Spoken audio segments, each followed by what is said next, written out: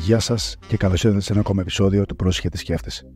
Είμαστε ο Ίσαν Χώσης και η σημερινή συζήτηση είναι με τον Ross Daly, έναν μουσικό του κόσμου ιρλανδικής καταγωγής, ο οποίος βρίσκεται στην Κρήτη για πάνω από 50 χρόνια, έχει μακρά μουσική ιστορία και πλούσια δισκογραφία και μεταξύ άλλων έχει υπάρξει καλλιτεχνικός διευθυντής του πολιτιστικού προγράμματος στους Ολυμπιακούς Αγώνες του 2004 για την πόλη του Ηρακλείου, έχει υπάρξει υποψήφιος ευρωβουλευτής το 2019 με τον ΣΥΡΙΖΑ, δίδαξε στο τμήμα Φιλολογίας στο Πανεπιστημίο Κρήτης, έγινε φέτος το 2023 επίτιμος διδάκτορας του ΕΚΠΑ, του Πανεπιστημίου Αθηνών και τέλος έχει δημιουργήσει ένα μουσικό εργαστήρι στο Χουδέτσι Ηρακλείου για πάνω από 40 χρόνια, όπου έρχονται μουσικοί από όλο τον κόσμο για να συνεργαστούν και να εκπαιδεύσουν τους μαθητές του. Πάμε να ξεκινήσουμε.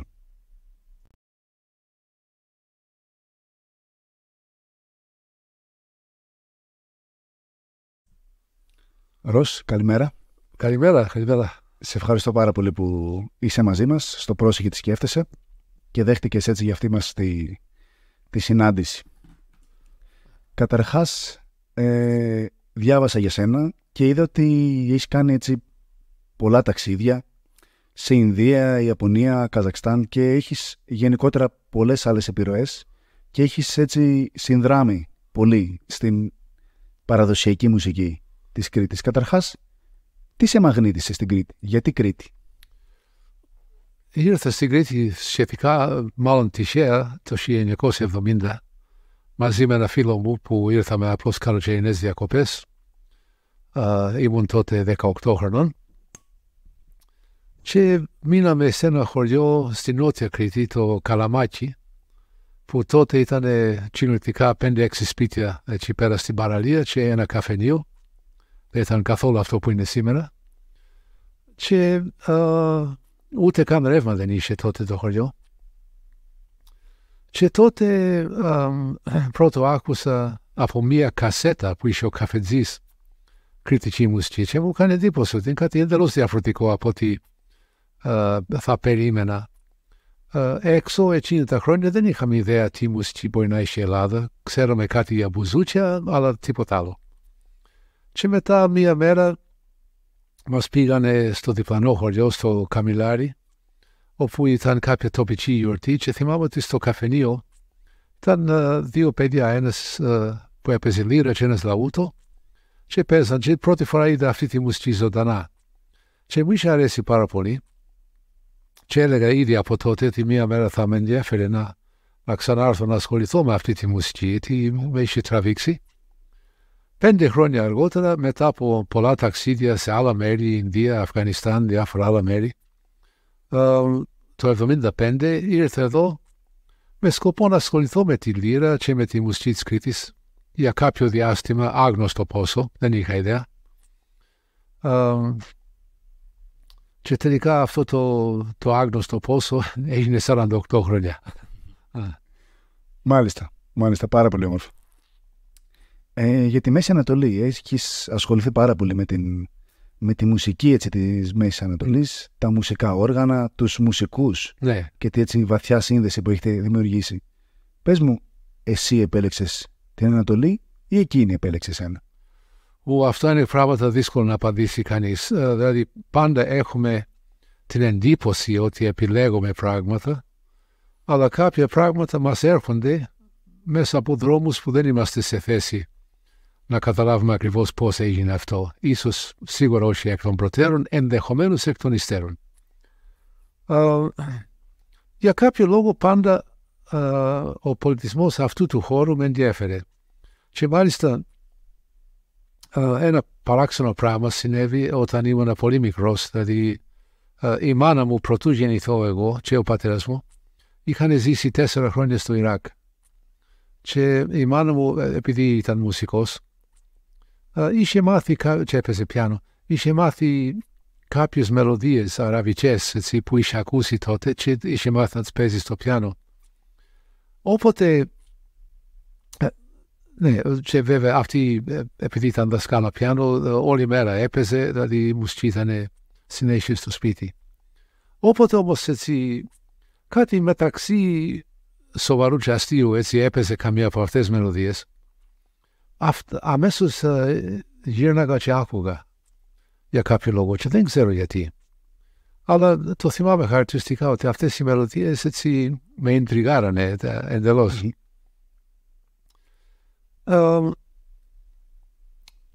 Δεν ξέρω, ίσως πολύ πολύ αργότερα κατάλαβα τι είναι αυτό που μπορεί να με ενδιαφέρει σε αυτές τις μουσικές.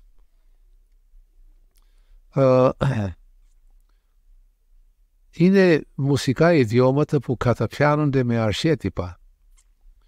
Δεν είναι τόσο έντονο το στοιχείο της αυτοέκφρασης, δηλαδή εγώ εκφράζομαι, ας πούμε. Είναι περισσότερο ότι μέσω της μουσικής προσεγγίζω αρχέτυπες έννοιες. Είναι μια αντίληψη που υπήρχε ενδεχομένως έτσι στον δυτικό κόσμο, όσο αν πάμε πολύ πίσω. Όσο ερχόμαστε στη σύγχρονη εποχή, ο δυτικός πολιτισμός ενδιαφέρεται περισσότερο για την αυτοέκφραση του καλλιτέχνη και αυτά. Ενώ στους πολιτισμούς της Ανατολής, περισσότερο ο μουσικός, ο καλλιτέχνης ο ίδιος, είναι αγωγός έτσι παρά δημιουργός. Και αυτό το βρίσκω πολύ ενδιαφέρον. Επίσης ένα πράγμα που θυμάμαι χαρακτηριστικά είναι ότι από τα 11 μου χρόνια ξεκίνησα να σπουδάσω κλασική κιθάρα, που ήταν κάτι πολύ ενδιαφέρον, πολύ ωραία. Μ' άρεσε όλη η σύνθετη και πολύπλοκη δομή των κλασικών κομματιών, ειδικά των μπαρόκ, δηλαδή με Μπαχ και τέτοια. Αλλά μου έλειπε το στοιχείο του αυτοσχεδιασμού. Λίγο πιο ελεύθερα πράγματα. Κατά συνέπεια, ασχολήθηκα και λίγο με πιο, αυτό που λέμε, σύγχρονα ακούσματα, rock, blues και τέτοια, όπου έβρισκα πιο αυθόρμητα πράγματα, πιο αυτοσχεδιαστικά. Αλλά μου έλειπε όλη η πιο αναπτυγμένη δομή και σύνθετη δομή που έβρισκα στα κλασικά. Οπότε πήγαινε ερχόμουν ανάμεσα σε αυτά τα δύο και δεν έβρισκα ακριβώς ό,τι ήθελα. Μέχρι που μία μέρα άκουσα μία συναυλία με βορειοινδική κλασική μουσική και σε αυτή τη συναυλία είδα κάτι που με ενδιέφερε πάρα πολύ, ότι υπήρξε μία τέλεια συνύπαρξη όλης αυτής της σύνθετης δομής και του στοιχείου του αυτοσχεδιασμού.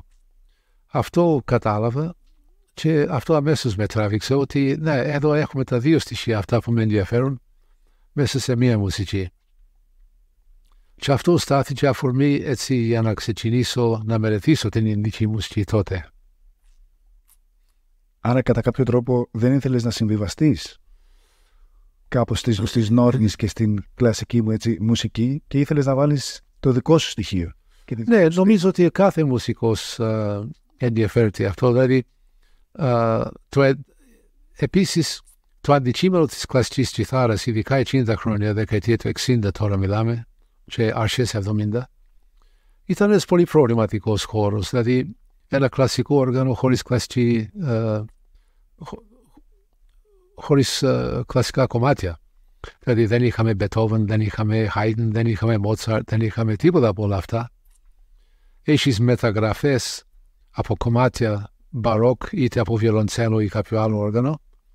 Και μετά 20ος αιώνας που δεν μπορώ να πω ότι η σύνθεση όπως γίνεται στον 20ο αιώνα στον δυτικό κόσμο ότι με τράβηξε ιδιαίτερα.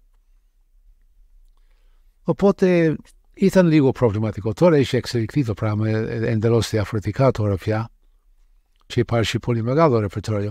Αλλά η κλασική κιθάρα δεν ήταν ποτέ στην ορχήστρα, ήταν λίγο μόνο του έξω από όλα αυτά. Οπότε ήταν από μόνο του ένα προβληματικό αντικείμενο, ειδικά εκείνη την εποχή. Μάλιστα. Πολύ ωραία. Θα ήθελα να πεις, έχεις κάνει έτσι πάρα πολλά ταξίδια, έχεις γυρίσει σε όλο τον κόσμο. Πόσες χώρες περίπου έχεις επισκεφθεί, έχεις υπολογίσει?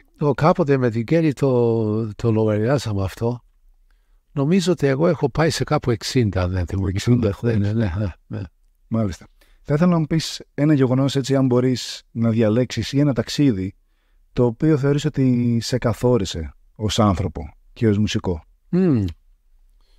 Νομίζω ότι εδώ πρέπει να πω ότι ίσως το κάθε ταξίδι που έχω κάνει με έχει καθορίσει σαν άνθρωπο.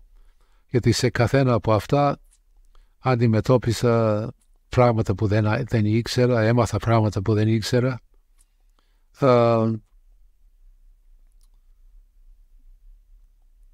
Ίσως πρώτη φορά που βρέθηκα στο Αφγανιστάν ήταν έτσι μια εμπειρία αρκετά συγκλονιστική, έτσι μια πανέμορφη χώρα, καμία σχέση με αυτά που ακούμε σήμερα πια. Μουσική υπήρχε παντού, πάρα πολύ φιλόξενοι άνθρωποι, ένα μαγευτικό τοπίο με τεράστια ποικιλία, από τεράστια βουνά εισάξια με τα Ιμαλάιες μέχρι και έρημος, μέχρι ό,τι μπορείς να φανταστείς. Και έτσι ένα πολύ μαγικό τοπίο και έτσι εκείνη την εποχή, δεκαετία του 70 τώρα, αρχές, ήταν σαν να έκανες ένα ταξίδι και στον χρόνο. Δηλαδή, έβλεπες πολλές εικόνες που για έναν Ευρωπαίο είναι εικόνες του παρελθόντος, αλλά πάρα πολύ όμορφες. Μάλιστα, οπότε θεωρείς έτσι ότι το Αφγανιστάν σε έχει αλλάξει κατά κάποιο τρόπο ως μουσικό? Σίγουρα, ναι. Αλλά μπορώ να πω το ίδιο και για την Ινδία, γιατί η Ινδία είναι επίσης μια χώρα που βλέπεις τα πιο όμορφα πράγματα δίπλα στα πιο άσχημα. Δεν ξεχωρίζουν αυτά. Και είναι μια σοκαριστική χώρα, έτσι. Συναντάς συνεχώς ακραίες καταστάσεις και ακραία πράγματα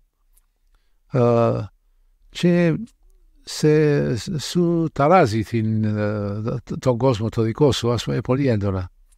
Και αυτή είναι μια πολύ χρήσιμη εμπειρία. Ναι, και μια χώρα έτσι με βαθιά φιλοσοφία και... Ναι, βέβαια. Πάρα πολύ ωραία.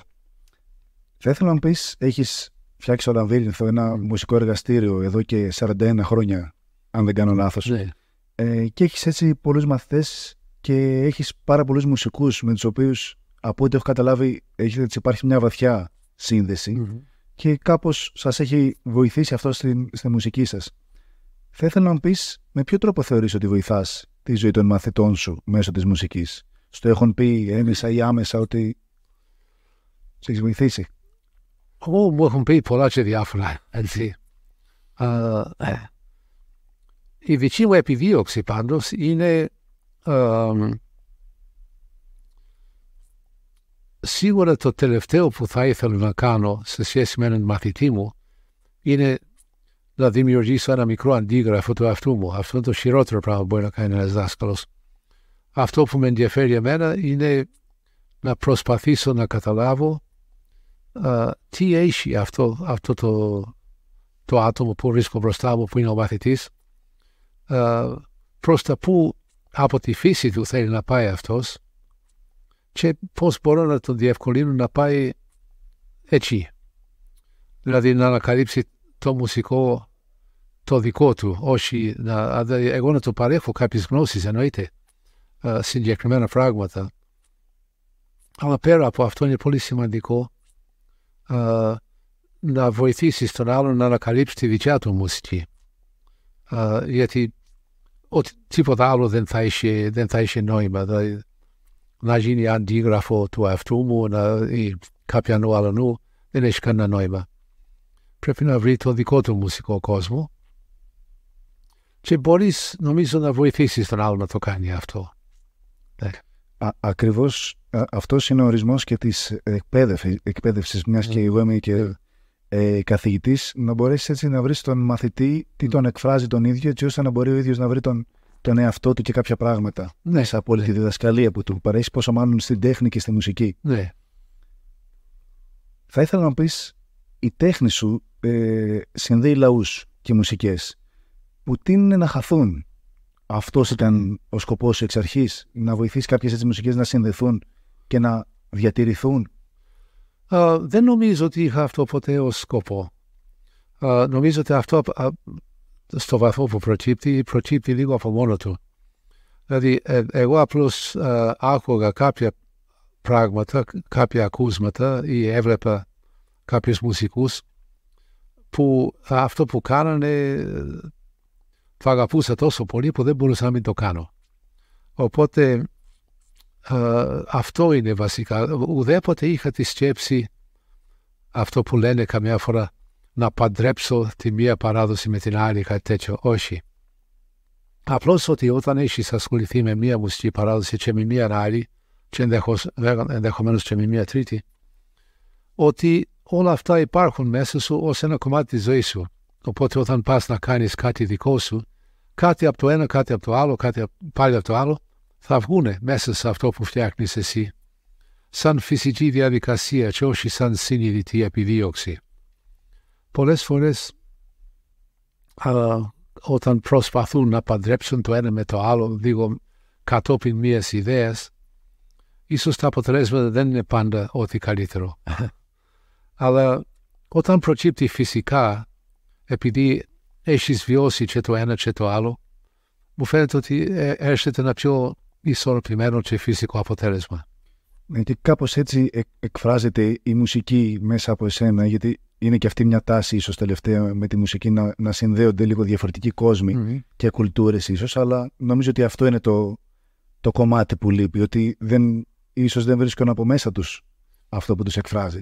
Ναι, υπάρχει ένα αντικείμενο που ονομάζεται πια fusion, έτσι το ονομάζουν, που δυστυχώς πολλές φορές εν τέλει είναι confusion και όχι τόσο πολύ fusion, αλλά βασικά αυτό που χρειάζεται είναι το βίωμα και στο ένα και στο άλλο και χρειάζεται πολύ υπομονή.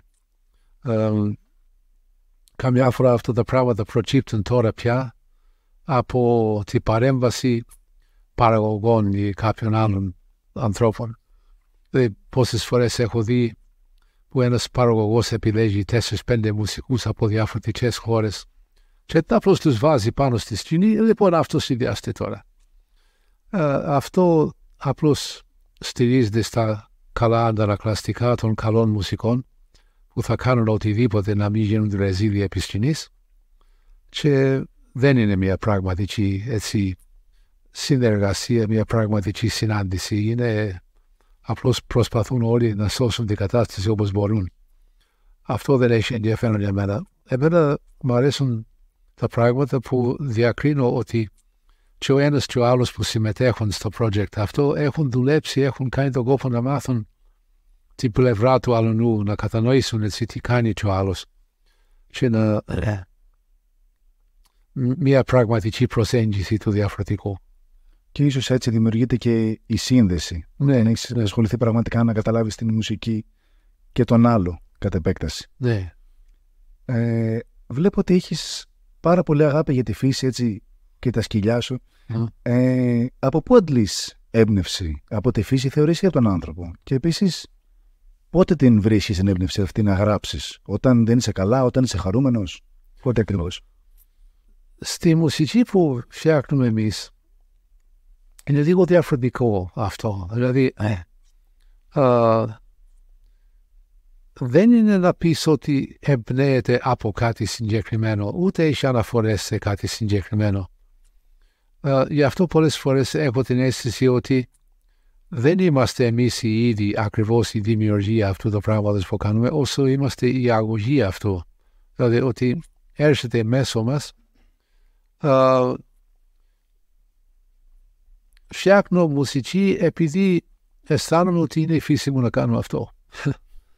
Και, οπότε μπορώ να φτιάχνω μουσική σε οποιαδήποτε διάθεση και αν βρίσκομαι, απλώς σαν μια εντελώς φυσική λειτουργία. Ένα μέρος προφανώς θα είναι από την ίδια μου τη φύση. Ο καθένας μας έχουμε κάποιες κλίσεις, αλλά και επίσης οφείλεται στο ότι έχοντας δουλέψει πάνω σε κάτι πολλά χρόνια, ευθυγραμμίζεσαι σιγά σιγά με αυτό. Και είναι σχεδόν μια λειτουργία που γίνεται από μόνη της, αυτό το να δημιουργήσεις μουσική από ένα σημείο και μετά. Πάντως δεν είναι κάτι που κάνω όταν είμαι χαρούμενος, όταν είμαι στενοχωρημένος. Μπορώ να έχω οποιαδήποτε διάθεση και μπορεί να μου έρθει μια ιδέα, έτσι. Και αφού έρθει μια ιδέα, επίσης πολλές φορές βλέπω μουσική στον ύπνο μου και φροντίζω να τη θυμάμαι την άλλη μέρα.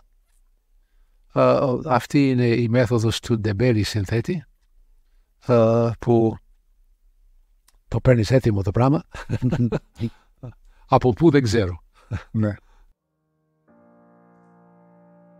Αυτό ήταν το πρώτο μέρος της συζήτησης με τον μουσικό Ross Daly. Μείνετε συντονισμένοι και για το δεύτερο μέρος.